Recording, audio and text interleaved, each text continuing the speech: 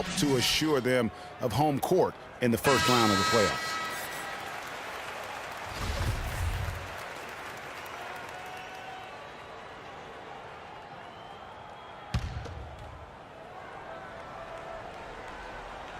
Not quite 2.5 minutes played here in the second half. You know, you look back on the Bulls' record last year with 27 home wins. That's pretty solid. Same exact total as they had the year before. They haven't gone below 500 at home since 2008. Off target from outside. The Timberwolves have gotten every shot that dropped since halftime. They're 5 for 5 from the floor. Miller against Moore. Jang a screen. Here's Prince. And it's Chicago with the rebound. Their biggest lead of the game was 21. And a big part of why the Bulls are tough at home is this crowd. I mean, sold out every game last season. Led the league in total attendance for 6 straight seasons, averaging over 21,000 fans per game. Levine's checked in for Tayshaun Prince. It's now been a decade since the Minnesota Timberwolves played postseason basketball. Last trip to the postseason for the Wolves back in 2004. Wow, that was a long time ago. And if you're wondering, that is the longest playoff drought in the league currently. Wolves want nothing more than to get back to playing playoff basketball, and featuring the #1 pick in last year's draft will help. Good way to start, you're right. Miller dishes to Wiggins. Here's Levine. 5 points in the game. That's good. Levine's got 7 points. Just over 3.5 minutes through the third quarter of play now. And, you know, even though the Wolves have been out of the playoffs so long, you get the sense it won't be too much longer. They've got a really nice core to build around, and I think could be special, especially Andrew Wiggins. Timberwolves trail by 18. Miller with the ball. He dishes it to Levine, and it's Miller penetrating. They get it back. Jang, no luck. That's a surprise. I mean, really out of character for him to miss when the defense is not right up on it. Kept alive.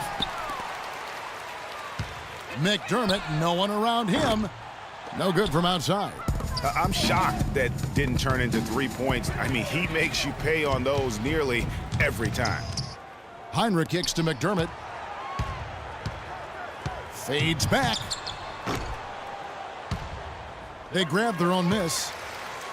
Puts up a 3. And good on the basket. Book it. McDermott's got 6 in the quarter. Having a lot of trouble stopping the 3-point shot. And they're not making up for it with their own shots from deep either, so that's a double-edged sword there. Here's Wiggins. And that one's good. Wiggins has got 23 points. And as you mentioned, the Wolves could be back in the playoffs in due time. They are headed in the right direction. Some mistakes have been made along the way, but you have to like their future now. You always hear about chemistry. That's a perfect example, knowing where each other is at all times. Now here's Payne. D right on him. Picked away. To the paint. And there's the whistle. Fouled hard on the shot. He'll go to the line. That's his first personal foul. Bulls have gone 4 for 5 from the charity stripe in this one up to now. At the line for the Bulls, 2 shots. And the first one drops. Big group substitution now for Minnesota. Towns, he's checked in for Gorgui Dieng. Bielitsa comes in for Payne. Muhammad, he's checked in for Wiggins. And Martin subbed in for Andre Miller. There's 39 seconds left to play here in the third. Martin kicks to Levine. Lays it up and in off the pretty assist. Assisted by Levine's got 9. Textbook, nice pass, great catch, even better finish. Heinrich outside. This one for 3, and he gets it to go. Heinrich's got his 3rd basket of the night right there. All these open threes they're giving up have really been the driving force of this run. And the points are starting to add up in a hurry, especially when you're giving up those looks from deep. And Kirk Heinrich picks up the foul. That's his first foul. That's his first personal foul. Now into the lineup for the Timberwolves. Ricky Rubio. Now Martin. Wide open. No luck. Bairstow. No good. The 3 quarters of play all in the books. And we welcome you back as we get going here in the 4th quarter. The final quarter of play can change everything.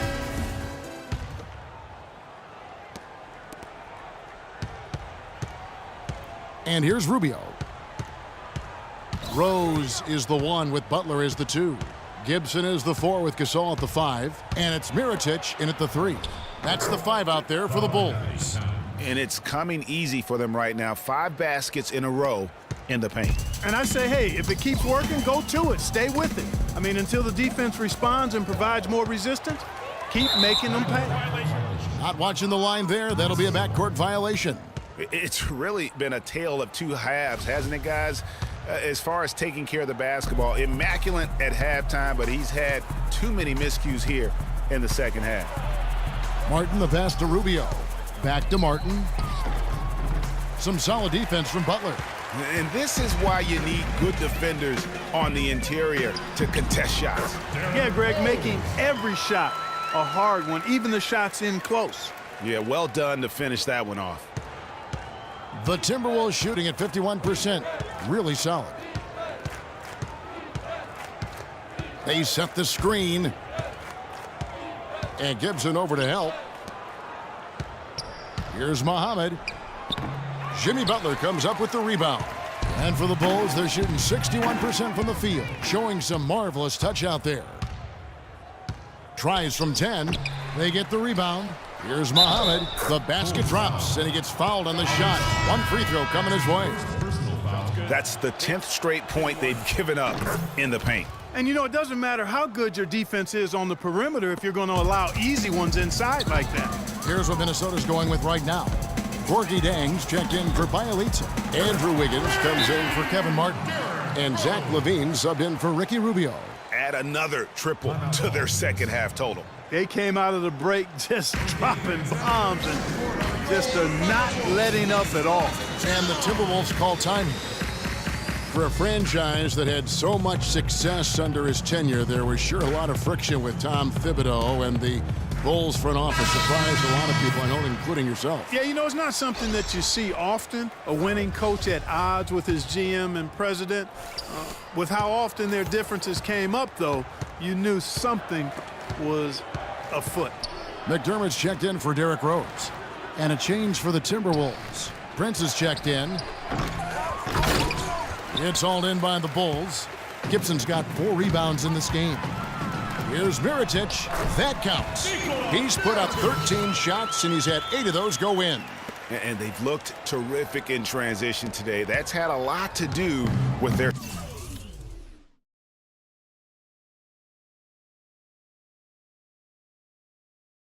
success. Boy, it certainly has. I mean, they've done a really good job recognizing anytime they've had the numbers advantage, and then they've taken advantage. We've seen it time and time again here. Prince's shot is good. And with Thibs, he did end up getting fired from the Bulls this past season. Some saw it coming, but still, I think surprising given the level of success he had. His imprint is all over this Bulls team and the way they approach the game. 4th quarter of play, and we're about 2.5 minutes through it right now. Wiggins, left side. There's a good screen. Inside, here's Towns, and he banks in the layup.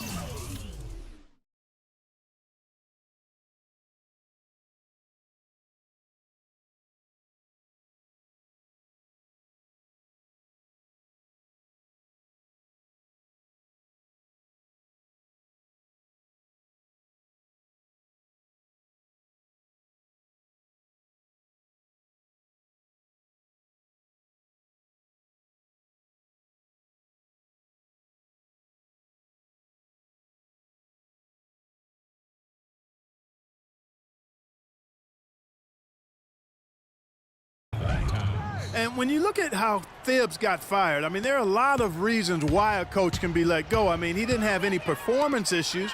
but apparently clashed in some form or fashion with the front office.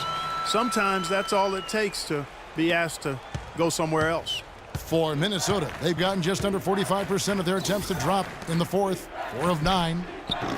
Prince misses. I didn't see that miss coming. I mean, he's usually been money from that range. Stolen by Levine. 2-on-1 as they jump out on the break. And Wiggins with the basket on the assist by Prince. 25 points for Andrew Wiggins. The Bulls have gotten every shot they've taken so far in the fourth quarter to go win. That's 5 in a row to start the quarter. Shots good from Butler. And certainly they are not hesitating, letting it fly from deep here in the second half. And, Greg, I have no problem with that. As a matter of fact, I hate to see teams get conservative with the lead. As long as they're good shots, take them. And as long as they're falling, continue to take them. Pass to McDermott. Tries from 16. Rebound, Minnesota. Prince has got his 3rd rebound tonight. And there's a foul. It goes on Jimmy Butler. That's foul number 2 for him. And for a long time in the NBA, the stretch 4 was kind of the anomaly and not the standard. Now it seems that you are the rare power forward if you can't hit a 3. Very few traditional power forwards now in the NBA. Minnesota making a switch here. Kevin Garnett is checked in for Towns. Adrian Payne comes in for Jang. Bielitsa, he's checked in for Tayshaun Prince. And Andre Miller has subbed in for Andrew Wiggins. Levine can't hit. With the stretch 4 and the need for shooting at the position, they don't need to be a 3-point threat, but they do need to be able to hit a mid-range jump shot. Yeah, well said. I think you need to have guys that can make perimeter shots to create spacing. The game's evolving to a space out the floor type game, and shot making gives you a chance to do that. No clue where that pass was going. That is a brutal turnover. Muhammad, he's checked in for Levine.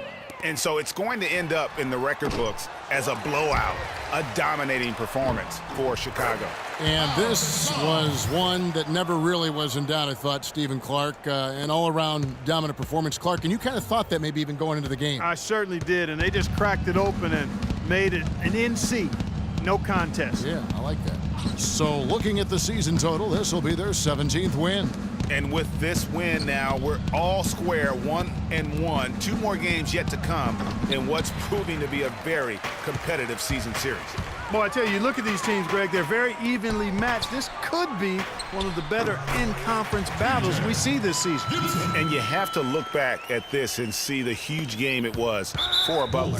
You look at the energy he brought on both ends of the floor, and it's easy to see why he was a difference maker. Really no idea why you're fouling in a situation like that. You know, maybe there's some bad blood between those two. Yeah, but that's no excuse for that kind of foul. I mean, that might be an explanation for it, but certainly doesn't justify it. And even then, it's just not a good play. Chicago calls timeout. They're in front by 32. 51 seconds left in the fourth quarter. Number 6. Hortons. Minnesota shooting 40% in the fourth. Muhammad dishes to Miller. Feeds it to Muhammad. Here's Garnett. And that's good. A nice job in the glass as they pick up 2 on the second effort. Really strong rebounding on the interior, and he gets the easy putback. Now here's McDermott. Heinrich kicks to McDermott. Bulls moving the ball around. Portis, the pass to McDermott. Heinrich outside. 5 on the clock. But 3. That's good. Well, if it wasn't out of reach, it is now, thanks to that last little spurt. And why put the brakes on now? I just say keep on letting it fly. Down low, here's Garnett. It's good, and he drew contact on the shot, so he will go to the line. A 3-point play chance here. First personal foul.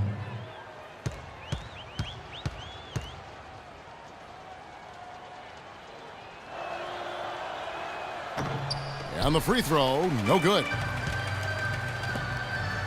To the left wing. Here's McDermott. And again, it's the Bulls from deep. Well, they're going to walk out of here with a win and send this crowd home happy. Yeah, you know, it was a real solid performance for them in a lot of areas. I mean, they should be proud of their work tonight. And so Chicago takes this one. And